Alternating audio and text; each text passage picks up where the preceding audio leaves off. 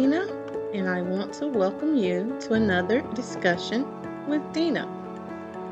As we know, the structure of the American home is quickly changing.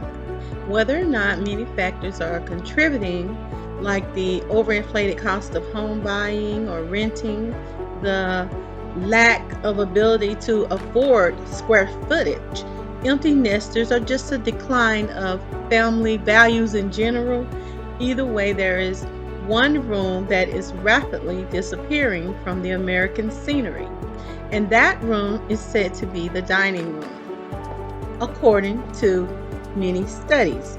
It was once a place where daily you could find a majority of families sitting down or coming together to share their daily meal, discussing their school day, their work day, news, events of the day, whatever they wanted to. It was a place to take your guests and or entertain your family and friends on special occasions, not to mention just a spot to gather or have an event. Even it was just good for decorating and showing off your fine china, or just dress up and use it for important events. Some blame the reason for the decline of the dining room or removal or disappearance of the dining room on the Netflix and chill era. It is because homes were built to reflect this Netflix and chill era. The dinner and a movie, because some would rather watch TV or even listen to the news while they eat their dinner rather than sit in a boring dining room. And then there are, of course, scheduling when it comes to work schedule. Some people nowadays may work a different shift than their spouse, or it's just not a convenient thing to go sit at the dining room table. It's just easier to get your food and sit in your favorite chair, listen to the news, or watch a show while you eat. That's just how it has become. But others claim that the architecture of new home designs ultimately rid the family of the dining room, like the open floor plan, which usually meant that the kitchen and the living area were combined, and removing the need to separate a different area to go dine in and eat. It was just a combination. And then there are others who believe that the change in what we eat and how it is prepared and the mother being home played an even larger role in the death of the dining room. For some, it is picking up a quick meal today on the way home, or just quickly putting something in and zapping it in the microwave oven or whatever oven you may have. So settling down on the couch is the thing to do for now, to devour whatever it is that you have chosen to eat while you are listening or observing something sometimes on social media. Either way, the priority seems to have changed for some Americans. Not all of us, because I personally love my dining room and we use it every day. And perhaps it is mainly because of how and where I decided to place the dining room within my home. Now, many apartments are said to be built for the Netflix and chill era. And because American home sizes are once again shrinking, homeowners as well as renters include larger bedroom spaces and prefer the space in their bedrooms and large walk-in closets. And they prefer these rooms rather than having a dining room. So as a result, when apartments are built and they have only one wall that can be used for windows, naturally the dining room just seems to disappear. That is for most people.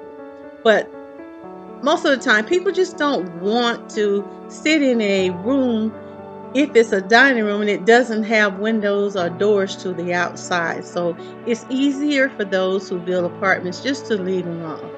Or either there's a great room that takes the dining room's place in most single-family homes. Also, the U.S. Census Bureau reports that the number of one-person households have more than tripled from 1940 till 2020. So based on that statistic, many developers may feel there is not even a need to include dining rooms.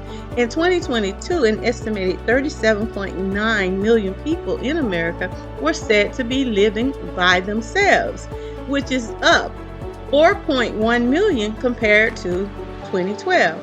This is a 15% increase.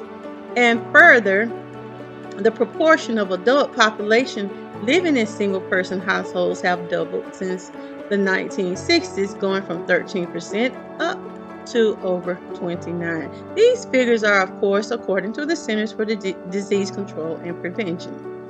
As a result of this significant increase, this is said to be linked to a cultural shift when it comes to those that are living alone today, because 64% of these people are believed to have depression symptoms when compared to those who live with others, not by themselves, but with others.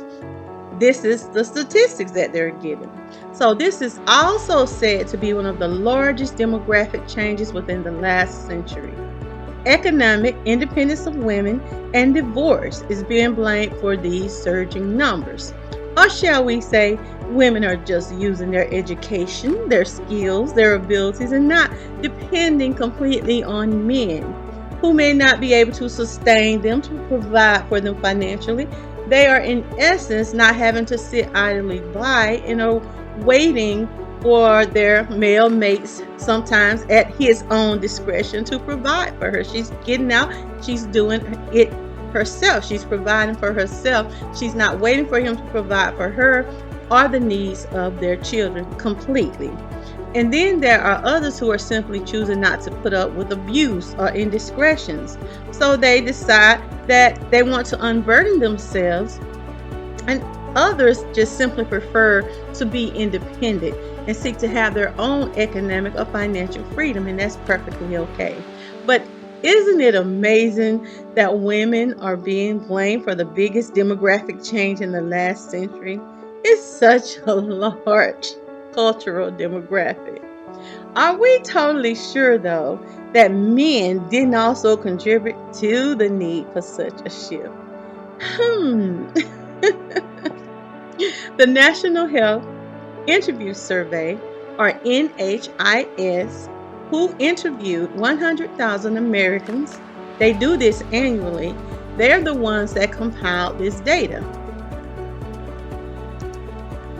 1 in 10 young adults between the ages of 18 and 34 were living alone in 2022.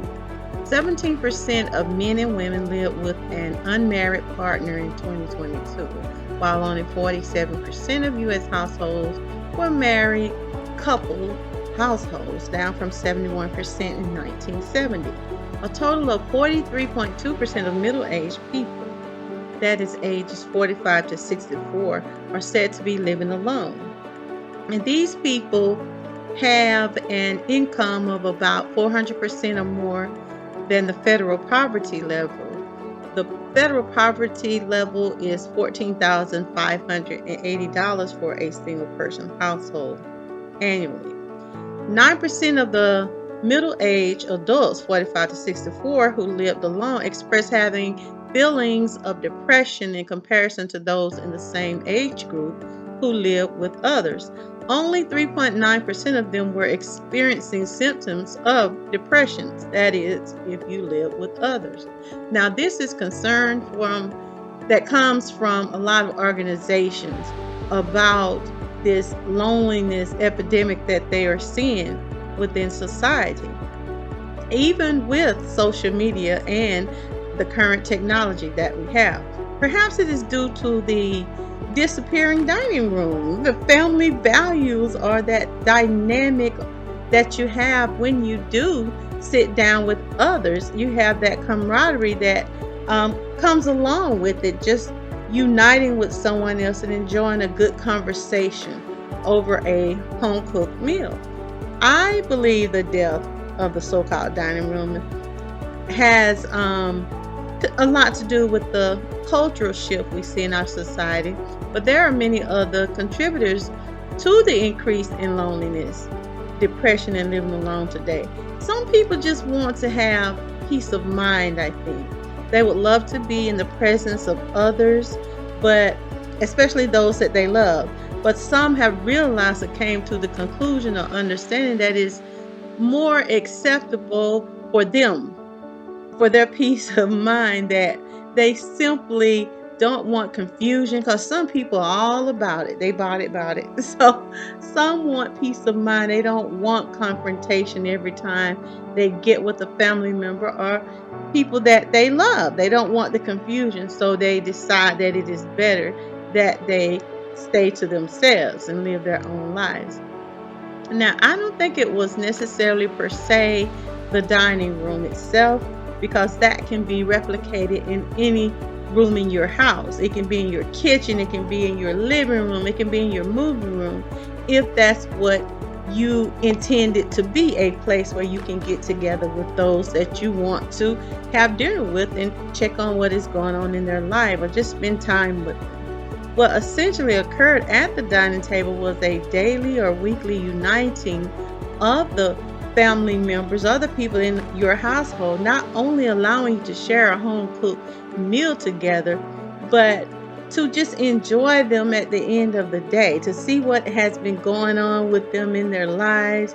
It was an opportunity to teach good manners to your youngsters, to teach them etiquette, and God knows they could use that today, to share ideas, what occurred with you at work, what happened at school, just an opportunity to leisurely bond with family and our friends on a regular basis. Now, I can say for certain that COVID, I'm sure, had an effect on this, because it really changed how you got together with people, and we're still rebounding from that. But my dining room will not be disappearing, nor will the bonding and family values or teachable moments that it represents, regardless of what is happening in society. But here's a personal analysis that I do have on society. Society, like the earth, is constantly changing, it's shifting, it is evolving, and it's based on the elements and what is happening around us. Some of the elements I am witnessing is inflation, for one. There's a lot of homelessness that I am observing. There are so many layoffs and economic hardship, and we keep seeing the rich getting richer while the working poor become even more poor. Less work, more poor. And I went to a shopping center. I went to Lowe's, my husband and I, to pick up a few things recently. And we usually check out at the commercial end. And usually there's this young lady or man there, and you take your things through, and they do all of the calculating and scanning, and you're out the door. And that's where we usually go in and where we usually exit. But on this particular day, we only had a few items, so we went in at the entrance, the actual entrance where everybody goes. So my husband said, when we went through, he said, they got rid of all the cashiers. And I did not know exactly what he meant. I just laughed like, okay. And I'm just thinking it's just a slow day. And when I went back to check out, I realized exactly what he was saying. I tell you, all of those counters, those checkout counters, they were gone. They have been removed. And they were replaced by about 8 self-checkouts that one cashier was overseeing. I was like, wow, this happened so quickly. All of the self-checkouts, they are all self-checkouts. They have literally gotten rid of all of those cashiers that would check you out very quickly, because they were very quick at Lowe's. And I would love to know what happened to them. Were they reassigned or were they terminated? And the reason I say this is affecting people economically, financially. So perhaps these rooms are disappearing because they're turning into something else. I have to say, my experience though with this self-checkout, it wasn't a pleasant one. The cameras are constantly monitoring you. They have a lot of cameras. You can see yourself clearly. They're recording you. They lock on your face. And this poor cashier, there were so many people in line, and she's the only one up there trying to do self checkout. She's going from person to person. That has to be difficult. And I'm thinking, my, how greedy do you have to be to put that many people out of work? I don't really know what happened there. I'm just assuming. But it just reminded me of this current shift that we are in, how what is going on around us can impact the way that we live our lives. So perhaps the dining room has become a bedroom for someone, or even a family room, maybe a temporary guest room for families in need. Because presently there are elements that are affecting us all around, at least the masses of us. Of course, there's always exceptions to the rules.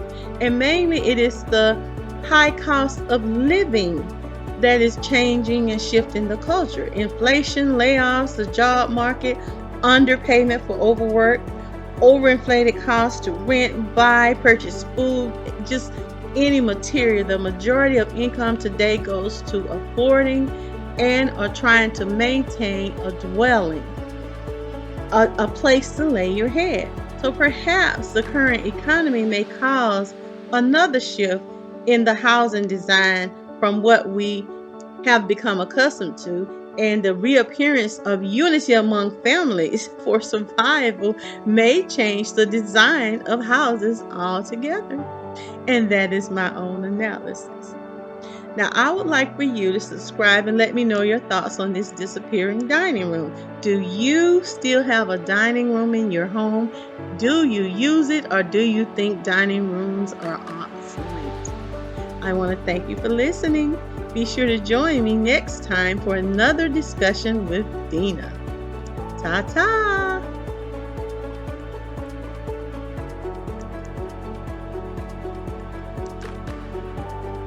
This concludes your daily discussions with Dena. Join us Monday through Friday at 12:30 p.m. Like, share, subscribe, and leave a comment.